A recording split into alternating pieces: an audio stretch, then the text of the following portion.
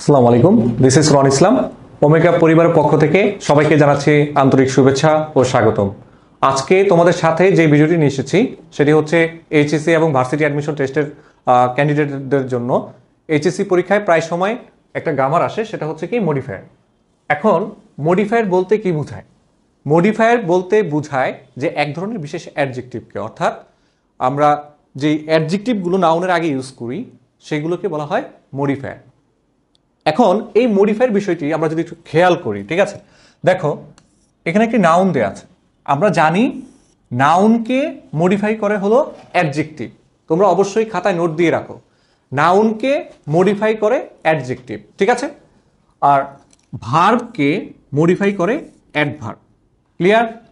এখন আমরা দেখব যে মডিফায়ার হচ্ছে দুই প্রকার। কত প্রকার? দুই প্রকার। তো তোমরা বলো যে ভাইয়া মডিফায়ারগুলো কিভাবে বসাবো, আমরা আসলে মনে রাখতে পারি না যে সহজে কিভাবে কোনো টেকনিকের মাধ্যমে আনসার করা যায় কিনা, তাই না? তো আমি এখানে প্রি মডিফায়ারগুলো, অর্থাৎ নাউনের আগে যেই মডিফায়ারগুলো বসে সেগুলো আমরা কিভাবে করব সেটা একটু দেখো। মনে রাখবা, নাউনের আগে যে মডিফায়ারগুলো বসে সেগুলোকে বলে থাকি আমরা প্রি মডিফায়ার। অর্থাৎ নাউনের আগে কে কে বসতে পারে, আমি একটু যদি শর্ট টেকনিকের মাধ্যমে আনসার করার চেষ্টা করি তাহলে মনে রাখবা নাউনের আগে বসে এনআইডি অ্যাপ। ঠিক আছে, কি বলছি? নাউনের আগে এনআইডি অ্যাপ বসে। এই টেকনিকটা দিয়ে তুমি মনে রাখতে পারো। তো এখন দেখি এনআইডি অ্যাপ বলতে কাকে কাকে বোঝায়। প্রথমে পিএ হচ্ছে কি পসেসিভ, ঠিক আছে। তো পসেসিভটা দেখো, পসেসিভ কোনগুলো এগুলো আমরা জানি, হিজ, হার, আওয়ার, ইয়োর। ভালো করে বুঝো, নাউনের আগে কে বসতে পারে? পসেসিভ বসতে পারে। তাহলে এখানে আমি একটি নাউন দিয়ে রেখেছি, অর্থাৎ পেন।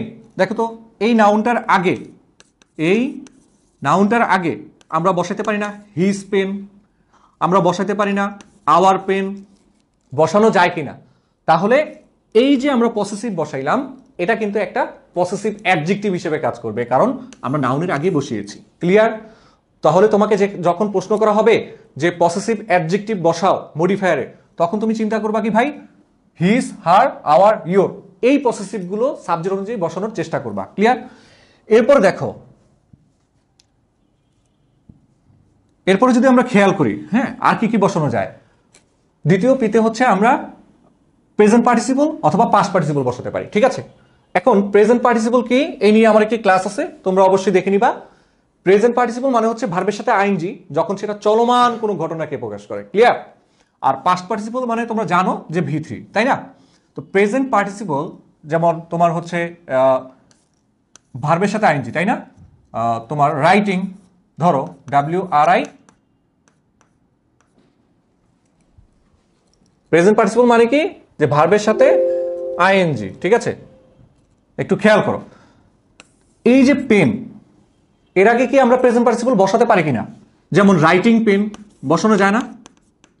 যখন তোমাকে বলবে যে একটা নাউন দেয়া আছে কিন্তু এখানে গ্যাপ দেয়া আছে, বলা হয়েছে তোমাকে একটা প্রেজেন্ট পার্টিসিপল বসাও, অর্থাৎ ইউজ অ্যান্ড প্রেজেন্ট পার্টিসিপল, এরকম ভাবে প্রশ্ন করা হবে এখানে একটি ব্র্যাকেট দিয়ে। তখন প্রেজেন্ট পার্টিসিপল ভাইয়া কি বলেছিল? ভার্বের সাথে আইএনজি। মাথায় একটা চিন্তা করবা যে ভার্বের সাথে আইএনজি মাইরা একটা আনসার বসাই দিব। ক্লিয়ার? এরপর দেখো, যখন বলবে তোমাকে পাস্ট পার্টিসিপল বসাতে, ঠিক আছে, নাউনের আগে যখন বলা হবে তোমাকে পাস্ট পার্টিসিপল বসাতে, তখন আমরা চিন্তা করবো কি মাথায়? ভি3। এখন ভি3 কোনটা? ধরো ব্রোকেন, ঠিক আছে। এরকম কিন্তু হাজার হাজার ভি3 তুমি নিজে করতে পারো। যেমন কেমন পেন, ব্রোকেন পেন, কেমন পেন, ব্রোকেন পেন, ঠিক আছে, ভাঙ্গা কলম। কেমন পেন, ইউজড পেন, ব্যবহৃত কলম, ঠিক আছে। এই যে নাউন, তুমি এই নাউনটাকে শুধু কেমন দিয়া প্রশ্ন করবা, কেমন দিয়া প্রশ্ন করলে যে আনসারটা পাবা সেটা এখানে বসাবা। আর যেটা তোমাকে স্পেসিফিক বলা হবে, অর্থাৎ প্রেজেন্ট পার্টিসিপল বলা হলে তুমি ভার্বের সাথে আইএনজি দিয়ে চিন্তা করবা, পাস্ট পার্টিসিপল বলে তুমি ভার্বের 3 দিয়ে আনসার করবা। আশা করি তোমরা এটা বুঝেছো, ঠিক আছে। এরপর দেখো আমরা কি বলেছি, নাউনের আগে আর কে বসতে পারে? নাউনের আগে অ্যাডজেক্টিভ বসতে পারে, তাই না? আমাদের পরবর্তী ধাপটা, নাউনের আগে কে বসতে পারে? অ্যাডজেক্টিভ বসতে পারে। কে বসতে পারে? আর্টিকেল বসতে পারে। এই যে এ দ্বারা হচ্ছে আমরা মনে রাখবো অ্যাডজেক্টিভ এবং হচ্ছে আর্টিকেল। ক্লিয়ার? তো দেখো তো, অ্যাডজেক্টিভ মানে কি? গুড, কোনো একটা বস্তু বা ব্যক্তির হচ্ছে দোষ, গুণ, অবস্থা বোঝায়, গুড, ব্যাড, ঠিক আছে। আর্টিকেল তো আমরা জানি এ এন্ড দা, তাই না?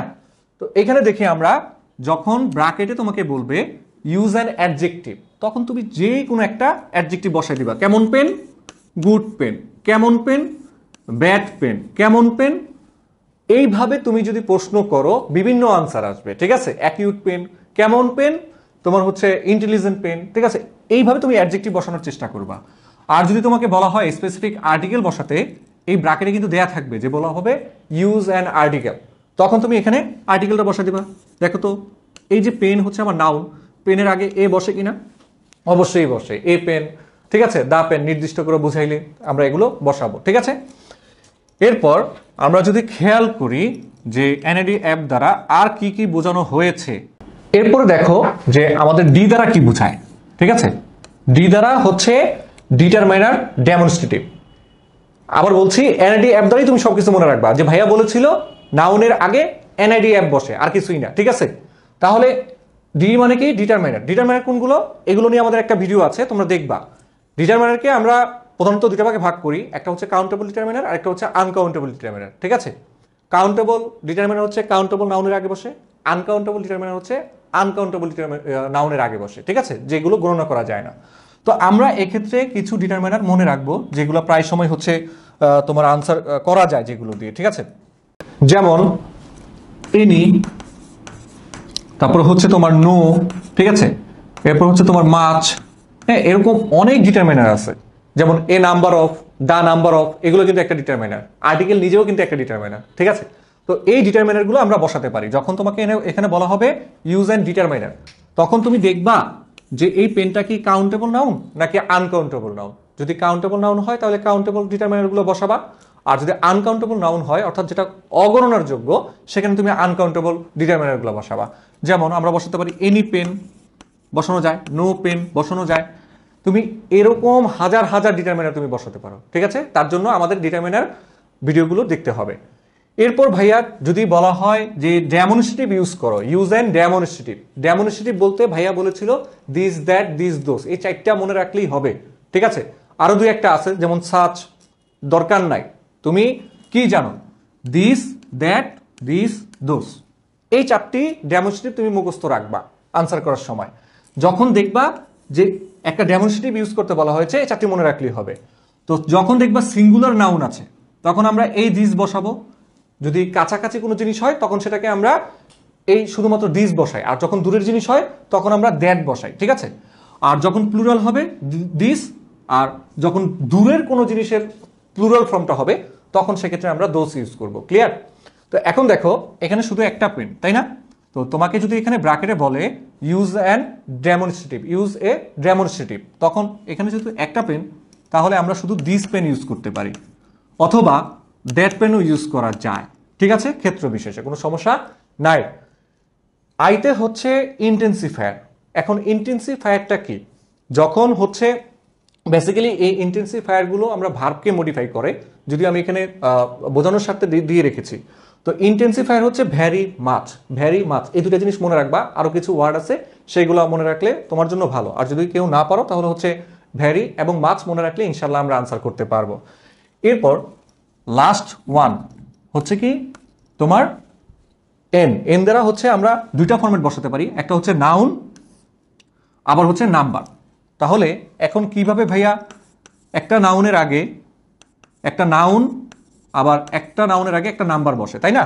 তো দেখো কখনো কখনো হচ্ছে আমার একটা নাউনকে নাউন মডিফাই করতে পারে, ঠিক আছে। তো সেটা কিভাবে হয় আমি যদি একটা বাক্য দিয়ে দেখাই, যেমন হচ্ছে তোমার ধরো বোর্ড। বোর্ড কি? একটা নাউন, তাই না? এখন তোমাকে এইখানে গ্যাপে বলা হয়েছে যে তুমি একটা নাউন ইউজ করো প্রশ্নে, তখন তুমি চিন্তা করতে পারো যে কেমন বোর্ড, এই যে হোয়াইট বোর্ড, হোয়াইট একটা নাউন, ব্ল্যাক বোর্ড, ঠিক আছে। বেসিক্যালি এটা কিন্তু কম্পাউন্ড নাউন, পুরোটা একসাথে হয়ে যায় কি কম্পাউন্ড নাউন। দুইটা নাউন যখন পাশাপাশি সংযুক্ত হয়ে একই সাথে উচ্চারিত হয় তখন সেটা হয়ে যায় আমার কম্পাউন্ড নাউন। তো যখন দেখবা যে হচ্ছে এখানে আমার ইউজ করতে বলা হয়েছে, এখানে আমাকে ইউজ করতে বলা হয়েছে নাউন, একটা নাউন ওয়ার্ড বসাও, তখন তুমি চিন্তা করবা একটা নাম বসানোর, কি বসানোর? নাম বসানোর, অর্থাৎ নাউনকে নাউন মডিফাই করতে পারে, ঠিক আছে। আর নাম্বার যদি বসাইতে বলে অবশ্যই তোমরা পারবা। এই নাম্বার না লেখা থেকে এখানে কোয়ান্টিফায়ার লেখা থাকতে পারে। কি থাকতে পারে ভাইয়া? কোয়ান্টিফায়ার। ক্লিয়ার? কোয়ান্টিফায়ার বসাতে বললেও তুমি নাম্বারই বসাবা, যেমন এ বোর্ড, এ পেন, ঠিক আছে, বা হচ্ছে তোমার 2 পেন, 3 পেন, ঠিক আছে। এই যে 1 2 3 এই ওয়ার্ডগুলো কিন্তু আমার নাউনের আগে বসে সেগুলা সংখ্যাবাচক অ্যাডজেক্টিভ হিসেবে ব্যবহৃত হয়। আর সেগুলোকে কি বলে? তোমার কোয়ান্টিফায়ার অথবা নাম্বার বলা হয়। এই ছিল আজকে আমার প্রি মডিফায়ারের সমস্ত বিষয়বস্তু। পরবর্তী কোনো ক্লাসে ইনশাল্লাহ আমরা কিভাবে সলিউশন করব সেই বিষয়টি নিয়ে আলোচনা করব। তো যারা হচ্ছে আমাদের সাথে সংযুক্ত আছো বা যারা ভিডিওটি দেখছো, আমাদের অফলাইন ব্যাচের পাশাপাশি আমাদের হচ্ছে অনলাইন ব্যাচও চলমান রয়েছে। তো যারা হচ্ছে আগ্রহী ভাইয়া প্রথমেই ব্যাচে ভর্তি হয়ে নিবে। আমাদের অলরেডি 3টি ব্যাচ চলমান আছে। তা তোমাদের আশায় এবং প্রত্যাশায় রইলাম। ইনশাল্লাহ আশা করি তোমাদের সাথে দেখা হবে কোনো একটা ভিডিও নিয়ে। Thank you.